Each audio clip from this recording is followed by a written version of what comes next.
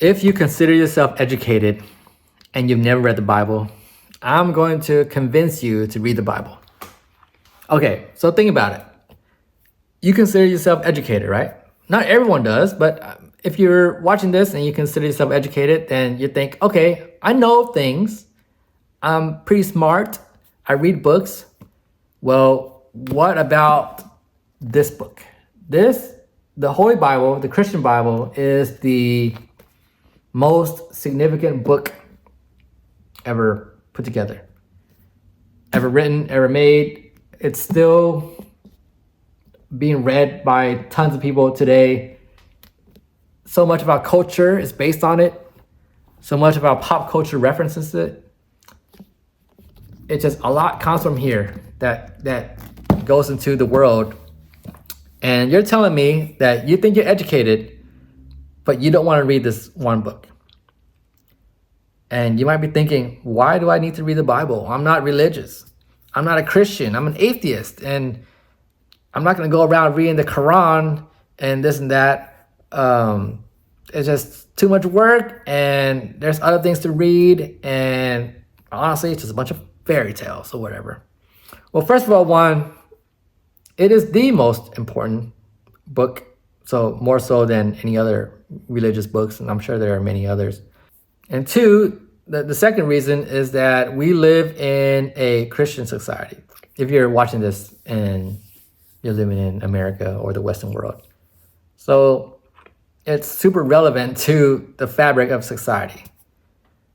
And so I'm hitting you at your pride a little bit here is like, if you, I'm challenging you, if you really think you're educated, then you should probably try to read this book or just not even learning about it, just like read some of it.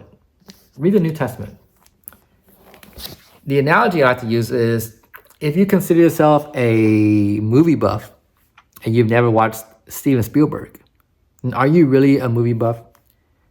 If you call yourself a sports fan and you never even watched a single soccer game, soccer, the most popular sport in the world, are you really a sports fan? I'm not saying you have to go out and watch bowling and flag frisbee or whatever sport, but this is the most popular book. It's like, I don't know what other examples I can use. It's like, this is the defining thing, right? This is the flagship. It's like saying you like pizza, but you never had Domino's. I don't know what the example would be for that. Is Domino's the most famous pizza? I don't know. But you get the point that I'm trying to make. Is that this is a book. The most famous book. And if you pride yourself in being educated, then at least you should not avoid it. At least you should take a look at it and read it for yourself. And what's my motive for saying this? Is because I thought the same way. I thought the same way until I was introduced to that thought process by someone online.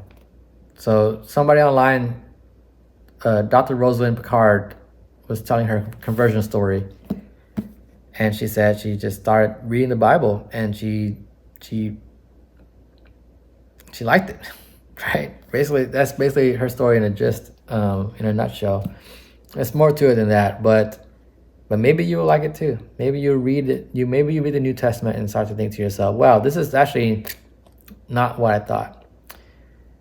I thought it was gonna be a bunch of dumb fairy tales and stuff like that, but maybe there's something more to it." And the New Testament is a little bit more grounded. It's more about telling the story of people seeing these miracles. The Old Testament is a little more out there. But if you come in there, hopefully with a softened heart, an open mind, and a drive to seek the truth, there's tons of resources out there that try to explain the things that are more difficult to understand. And some things we just don't understand. Like in the Old Testament, there's a story about a talking donkey. Like a donkey that talked. And most people joke and say, what is this? Is this Shrek? Why is there a talking donkey? How does that work? We don't know how it works. It's a mystery. Does that mean the Bible's full of fairy tales? No, not at all. There's some things that we might struggle to understand. We might not understand everything, but it's good to try. So if you're curious about it at all, and you've never read the Bible, check it out. There's tons of resources online that kind of walk you through it. I recommend reading through the New Testament first. I used Father Mike's Bible in a Year to understand the other parts. It's hard to understand it if you don't have help or a reading plan that connects the dots together. There's a lot. There is a lot to take in.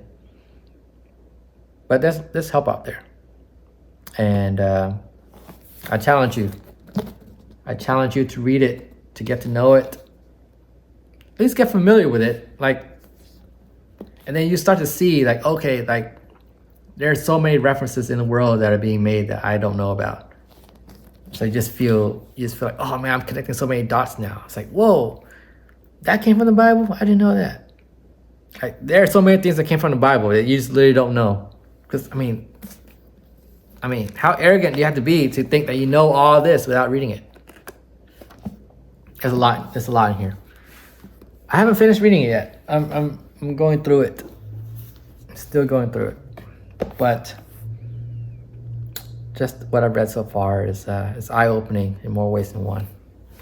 Read it.